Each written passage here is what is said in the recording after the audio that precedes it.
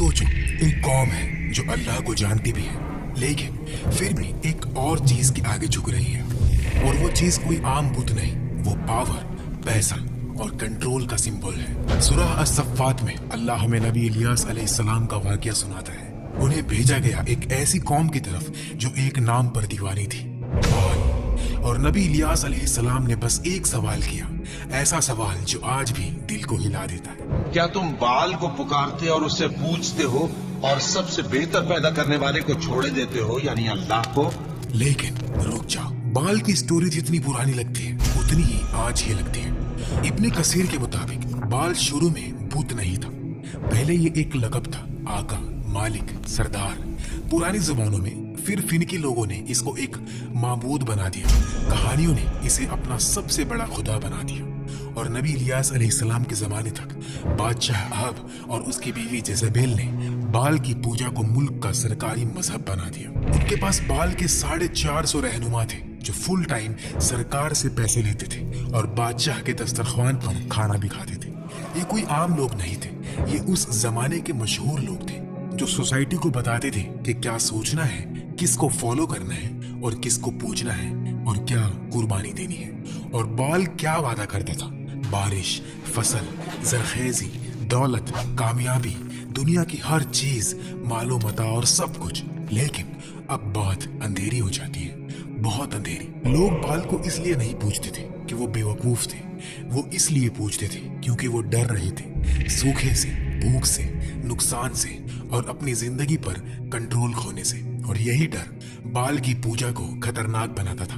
बाल की पूजा में कुर्बानी होती थी, कुछ रिवायतों में सिर्फ जानवरों की नहीं, बच्चों की भी। लोग अपने बच्चों को धात के बड़े बुतों में जला देते थे और ढोल इतनी जोर से बजाते थे कि बच्चों की चीखें दब जाती थी। इसको आग से गुजरना कहा जाता था।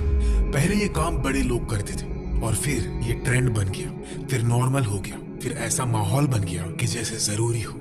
बहुत पुराने जमाने की बात है, जब बनी इसराइल अपने अंबिया की हिदायत के बाद भी बार बार दुनिया की चमक और नफ्स की ख्वाहिशों में फिसल जाया करते थे। तौहीद का पैगाम उनके पास था, तौरात का इल्म भी था, लेकिन जब दिल कमजोर होता है तो इंसान हक को भी अपने फायदे के हिसाब से बदल लेता है। इसी दौर में जब बनी इसराइल के कुछ कबीले फिलिस्तीन और उसके आसपास से निकलकर शाम और सीरिया के इलाकों में फैल गए तो उनकी जिंदगी का रंग धीरे धीरे बदलने लगा।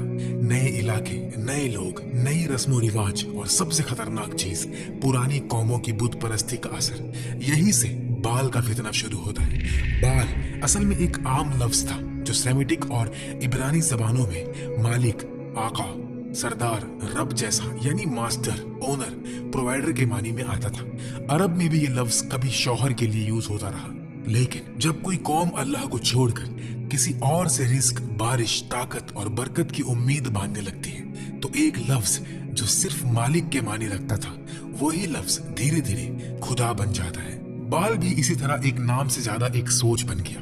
लोगों को लगने लगा कि हमारी जिंदगी का निजाम अल्लाह के हाथ में नहीं, किसी और ताकत के हाथ में है, और बस यहीं से शिर्क की जड़ मजबूत होती चली गई। फिर उस सोच को एक शक्ल दी गई, एक बुत, एक आइडल की शक्ल दी गई। सीरिया के इलाके में बालबैक के आसपास जब बनी इसराइल का एक कबीला आकर बसा तो उन पर एक सख्त दिल जालिम हुक्मरान मुसल्लत हो गया। उस हुक्मरान को सिर्फ अपनी बादशाहत प्यारी थी, और बादशाहत तब ही चलती है जब लोग डर में रहे और जब लोगों के सर झुके रहे। लेकिन सर सिर्फ तलवार से झुकता रहे तो एक दिन बगावत बन जाता है। सर अगर अकीदे से झुक जाए तो बगावत का रास्ता बंद हो जाता है।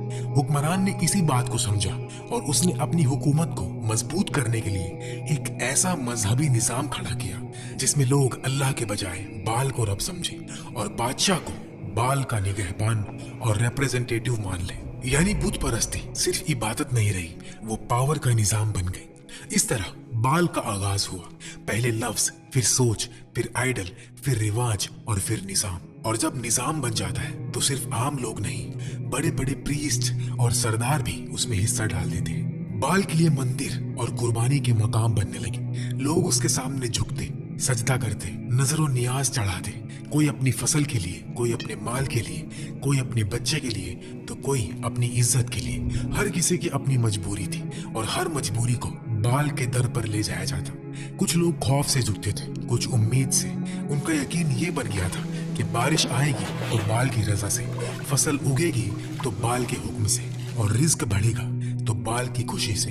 यानी अल्लाह को दूर का खुदा बना दिया गया और बाल को रोजमर्रा का मालिक समझ लिया गया। बाल की पूजा का तरीका असल में सिर्फ एक बुत के आगे झुकना नहीं था, वो एक पूरा निजाम था, एक कल्चर। पुराने शाम या कनान के माहौल में बाल को अक्सर स्टॉर्म और बारिश का रब और जरखेजी का सोर्स समझा जाता था। इसलिए बाल की इबादत ज्यादातर उन चीजों के गिर्द घूमती थी जो जमीन को जिंदा करती है। बाल की पूजा आमतौर पर मंदिरों और हाई प्लेसेस पर होती थी, यानी ऊंची जगहें, पहाड़ों के करीब या शहर के बाहर ऐसे मकामात जहां मंदिर बना होता। लोग वहां जाकर बाल के नाम पर नजर चलाते। जानवरों की कुर्बानी, अनाज, ऑयल, शहद या शराब जैसी चीजें, रिवायत और पुरानी कौमों के आसार में ऐसे ऑफरिंग्स का जिक्र मिलता रहता है। इंसेंस जलाया जाता, धुआं उठाकर बाल को राजी करने का तस्वुर होता। प्रीस्ट का किरदार भी बहुत बड़ा था। वो रिचुअल्स करते, दुआएं पढ़वाते और लोगों को ये फील करवाते कि बाल का निजाम चल रहा है। बाल खुश हो गया तो बारिश आएगी और नाराज हुआ तो कहत आ जाएगा। कुरान बाल का जिक्र इशारा करके नहीं करता। बाल का नाम सीधा सूरह अस-सफ़ात में आता है। नबी इलियास अलैहिस्सलाम की कौम के वाक़ये में अल्लाह बताता है कि इलियास अलैहिस्सलाम उन लोगों के पास भेजे गए जो बाल की परस्तिश करते थे। हालांकि वो अल्लाह को जानते भी थे। इलियास अलैहिस्सलाम ने उनको एक सवाल की शक्ल में दावत दी जो दीन की जड़ पर लगता है। क्या तुम बाल को पुकारते हो और सबसे बेहतरीन खालिक को छोड़ देते हो, अल्लाह को जो तुम्हारा रब है और तुम्हारे पहले बुजुर्गों का भी रब है। आज के दौर में कुछ वायरल क्लेम्स ये कहते हैं कि एलीट्स अब भी बाल को पावर के लिए यूज करते हैं और एप्स्टीन फाइल्स को प्रूफ के तौर पर दिखाया जाता है। कुछ लोग कहते हैं लेटेस्ट रिलीजेस में बहुत ज्यादा पेजेस आए हैं और एक फैक्स जैसे वायर ट्रांसफर डॉक्यूमेंट में बाल.नेम जैसा कुछ नजर आया जो वाशोविया बैंक से पहले लिखा हुआ था और इसको स्ट्रेंज कहा जाता है। इसी तरह कुछ क्लेम्स बाल को जूइश ब्लैक मैजिक प्रैक्टिसेस से जोड़ देते हैं और कहते हैं एलीट्स आज भी ब्लैक मैजिक रिचुअल्स करते हैं। और कुछ लोग ये भी कहते हैं कि बाइबल और कुरान में इसराइली बाल के साथ मिक्सअप है, यानी अल्लाह को भी मानते थे और बाल को भी। ये जिक्र हिस्ट्री में मिलता रहा है। वक्त का पहिया मॉडर्न एरा तक आता है और 2026 में एप्स्टीन फाइल्स का बड़ा बैच पब्लिक डोमेन में आता है।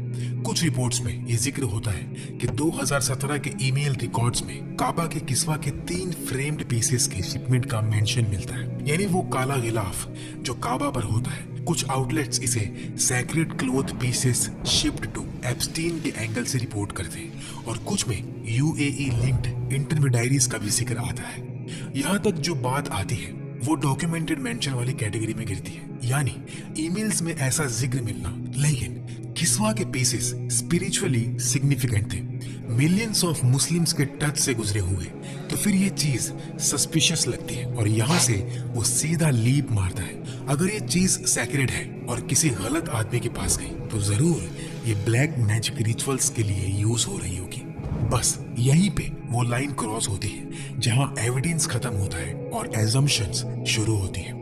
सैक्रेड चीज का किसी ना अहले या गलत इंसान के पास चला जाना वाकई बहुत बुरा और घिनौना लग सकता है, लेकिन सिर्फ इससे ये साबित नहीं होता कि जरूर कोई जादू या ब्लैक मैजिक रिचुअल हुआ है। कुछ इस्राएली रिवायतों में ये जादू टोना, ये ऑकल्ट थ्रेड्स का लिंक सुलेमान अलैहिस्सलाम के नाम से भी जोड़ा जाता है। इस्लामिक रिवायतों में नबी सुलेमान अलैहिस्सलाम का मकाम बहुत क्लियर है। अल्लाह ने उनको अपनी इजाजत से खास इख्तियार दिया, जिन, हवा और कुछ असबाब पर, लेकिन ये सब अल्लाह के हुक्म और जस्टिस के साथ था, जादू के साथ नहीं। और कुरान सीधा बात करता है कि सुलेमान अलैहिस्सलाम पर सिहर का इल्जाम गलत है। सिहर का ताल्लुक शयातीन की तालीम से जोड़ा गया। सूरह अल बकरा की आयत नंबर 102 का सेंट्रल पॉइंट यही है। और फिर कुछ रिवायतों में और भी जोड़ा जाता है कि सुलेमान अलैहिस्सलाम के बाद शयातीन ने फॉरबिडन मैजिक की किताबें छुपा दी और लोगों ने बाद में उसे गलत तौर पर सुलेमान अलैहिस्सलाम की तरफ मंसूब कर दिया। ये नरेटिव इस्लामिक तफसीर और रिवायत के अंदर वार्निंग स्टाइल में आता है। इसका मकसद ये समझाना होता है कि लोग हिस्ट्री में हक को उल्टा कर देते हैं, नबी का नाम इस्तेमाल करके अपना बातिल इल्म लेजिट दिखाते हैं। फिर कहानी अब एक और पुराने, धुंधले और राज भरे मकाम पर पहुंचती है। बाबेल यानी बेबीलोन ऐसा शहर जहां इल्म भी था, शोर भी था और फितनों की हवा भी, और यहीं से सिहर यानी हराम ब्लैक मैजिक का एक इम्तिहान शुरू होता है। फिर कुरान का एक सख्त लेकिन बहुत क्लियर पहलू सामने आता है, हारूत और मारूत। अल्लाह ने बाबेल में 2 फरिश्तों को टेस्ट के तौर पर भेजा, लेकिन ये टेस्ट बिल्कुल लियोर जैसा नहीं था। ये पहले दिन से वार्निंग के साथ था। हर कोई जो उनके पास आता उनको सीधा रोका जाता, जैसे कोई दरवाजे पर खड़ा होकर पहले ही कह दे, सुन लो, ये जो चीज तुम सीखने आए हो ये कोई खेल नहीं, हम सिर्फ एक इम्तिहान है। इस रास्ते पर चले तो दिल भी गिर सकता है और इंसान कुफ्र के करीब पहुंच सकता है। लेकिन फिर भी कुछ लोगों की फितरत तो देखो, जहां वार्निंग होती है वहां भी वो पावर ढूंढते हैं। उनको हिदायत नहीं चाहिए होती, उनको शॉर्टकट चाहिए होता है। उनको अल्लाह से दुआ का रास्ता नहीं चाहिए होता, उनको कंट्रोल का रास्ता चाहिए होता है। और जब इंसान का मकसद कंट्रोल बन जाए तो वो इल्म को भी जुल्म बना देता है। कुछ लोग इस चीज को मिस यूज करते थे, घर तोड़ने के लिए, रिश्ते तबाह करने के लिए, मियाँ और बीवी के बीच नफरत और जुदाई डालने के लिए। यानी वो चीज जो वार्निंग के साथ समझाई गई, इंसान ने उसी को अपने नफ्स का हथियार बना लिया। नेब्यूकदनेस्सर के दौर में जब यहूदियों को कैद करके बेबीलोन ले जाया गया तो वो एक ऐसी जगह आ गए जहां राजदार और ब्लैक मैजिक टाइप के आइडियाज और सिंबल्स वाली सोच पहले से मौजूद थी। कुछ रिवायत के मुताबिक वहां रहकर कुछ लोगों पर उस माहौल का असर पड़ा और दीन को सीधी हिदायत की बजाय हिडन नॉलेज और सीक्रेट सिंबल्स नेम्स वाली सोच में समझना शुरू कर दिया। आगे चलकर इसी तरह की एसोटेरिक सोच को कुछ लोगों ने कब्बाला की शक्ल में जमा किया, जहां डिवाइन नेम्स, सिंबल और इन्वोकेशंस का जिक्र होता है। इस्लाम के नजदीक रूहानी रास्ता दुआ, इबादत, कुरान और सुन्नत से खुलता है, न कि सिंबल्स और सीक्रेट फॉर्मूलाज से, पावर निकलने से। इसलिए ऐसी प्रैक्टिसेस को इस्लाम में हराम और शिर्क के करीब समझा जाता है।